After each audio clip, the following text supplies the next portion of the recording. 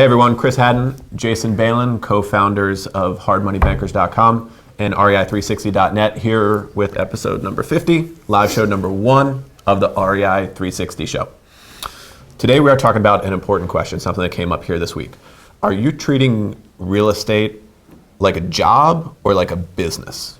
So one of our hard money bankers clients was actually in our office the other day, and we had this exact same conversation with him. He took the plunge, he quit his full-time job, he decided I'm going to commit to real estate investing, and he's had some challenges so far. And we went over with him, which we're going to go over with you today, some of the step-by-step help that we gave him so he could see better results and make sure he's successful in his career. Check it out right now.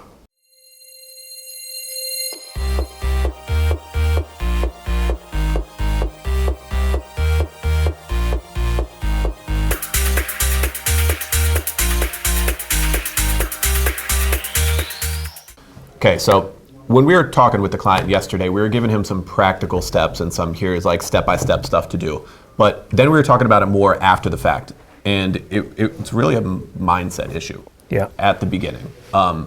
Here's the deal. So this guy's a smart guy, motivated, kind of well off financially, has some means, some stuff to start with. But he's always been a W-2 employee. He's always had a salary. He's always had a boss.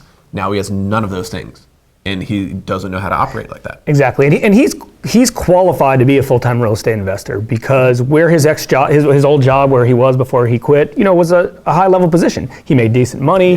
He had cash. He has a lot of resources and ambition to succeed. But like Chris was saying, at the same time, he wasn't used to the plunge of like, hey, listen, man, like you don't have anyone telling you what to do anymore.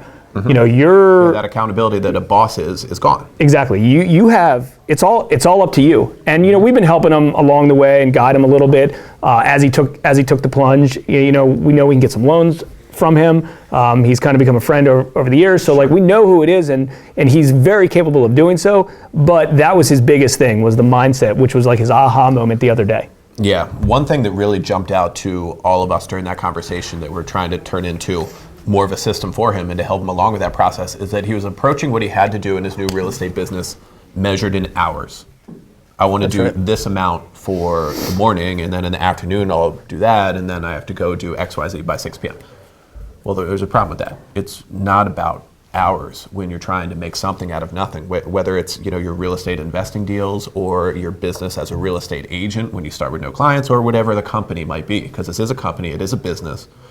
And treating it like a job's a mistake. You got to focus on the results, not focus on the hours, not do a lot of the things that you have done your whole life. Yeah, and a real simple one, which was like, "Are you kidding me?" type was when he was telling us this. So he spent a good amount of money on direct marketing. We've always considered direct mail probably the number one source to get deals, and he's been mailing consistently all the time. And he was struggling a little bit about, hey, I haven't got the phone to ring that much, or I haven't got great appointments. We're like, okay, let's figure out a way to to re-engineer what you're doing. Picked up the phone, gave him a call, and it went right to voicemail. The number that he has on his marketing things, right? Yeah. It's like, he's like, well, I'm in a meeting, or it's after hours, or it's a weekend, and it's everyone who's an experienced real estate investor knows that if a seller calls you and you do not pick up, they will not leave a message, and they will call the next person in line, and they will sell their property to them. That's just what happens. That's just the nature of it. And as real estate, sometimes there's weekend hours, sometimes there's after hours. There's pros and cons, and push and pull each way. Mm-hmm. So that was one thing. So we tried to assess a lot of the things that he was working on, and obviously that was one of them. We're really happy to say that he was marketing and sending direct mailings out consistently. Now obviously if he just wasn't working the incoming leads. Exactly. That's the problem. So let's actually step back one more spot, and we've talked about this on some other shows in the past, but one of the big things that Chris and I are huge advocates of is giving yourself a personality test, a DISC personality test, either to yourself or employees or service providers that you're working with. But you need to know who you are first before you kind of know what capacity that you can work in. And you need to not only determine what you want your day to look like, but what you're comfortable doing throughout the day. Like for instance, if you just don't want to canvass a neighborhood or you're scared to talk to sellers or negotiate in the house, you got to find someone else to either do that or figure out another way to kind of replace make that. Not a part of your game plan. Like, you can't base your day-to-day, which becomes what your business is, around stuff you don't like to do. Exactly. And the best way to start and figure out what it is you like to do is to start with a personality test. And Jason mentioned the DISC, which we're a big proponent of. You can search a free personality test on Tony Robbins' site. Tony Robbins, DISC profile, and you'll be able to find one. Check it out. But very, very useful and an important first step in a lot of things. Understanding who you are and not lying to yourself. Like, if you're saying, "Oh, I'll do anything. I'm in this for the long haul. I'll do whatever it takes."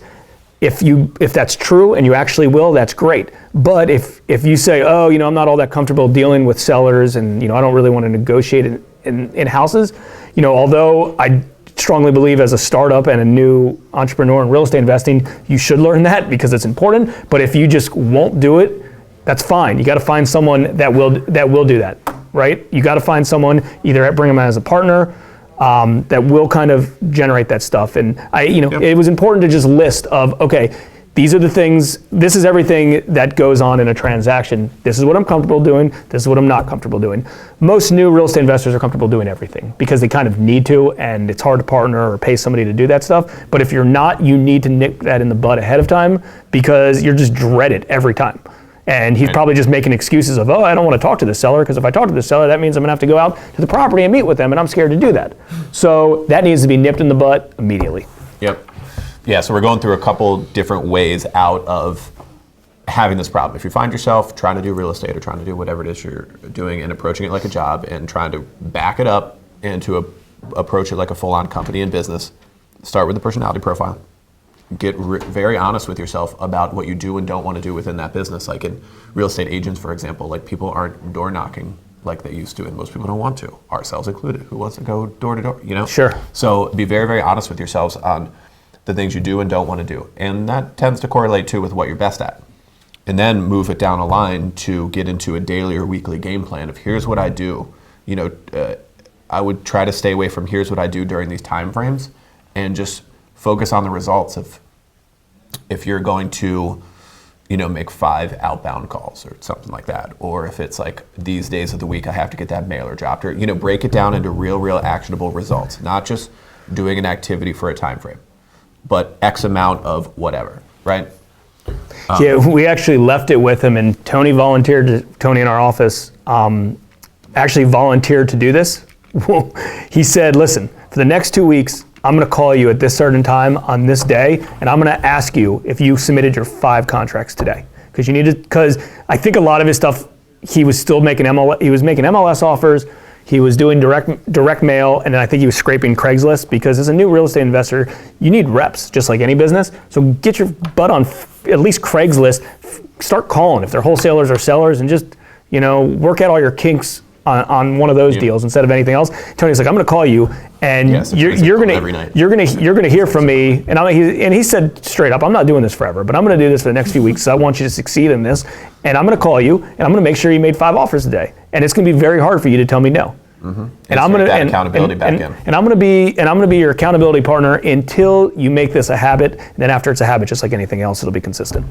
So those were some important things that we took that I felt, we all felt that we could share with, share with everybody, because, it's relevant to a lot of real estate investors, because, we all know that 90% of real estate investors that we encounter on a regular basis just haven't done a deal yet, and they want to, they just haven't. And this guy's taken a big plunge. He's quit his job. He has the financial resources and the other resources, the success team around him, and he's got everything it takes. So we wanted to help push him to the next level. For sure, and I'm sure it applies to a lot of different people. And if they've ever gone out on their own to, break away from the salary position and follow whatever business they're passionate about, could definitely find themselves in this spot. It's a very, very common thing. So we wanted to weigh in on that. Hope you got something good from it.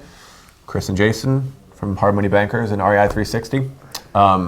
Check us out any social media, hashtag the REI 360 show. If you need a loan, go to hardmoneybankers.com. And if you need some software, go to rei360.net. Until next time, thanks guys.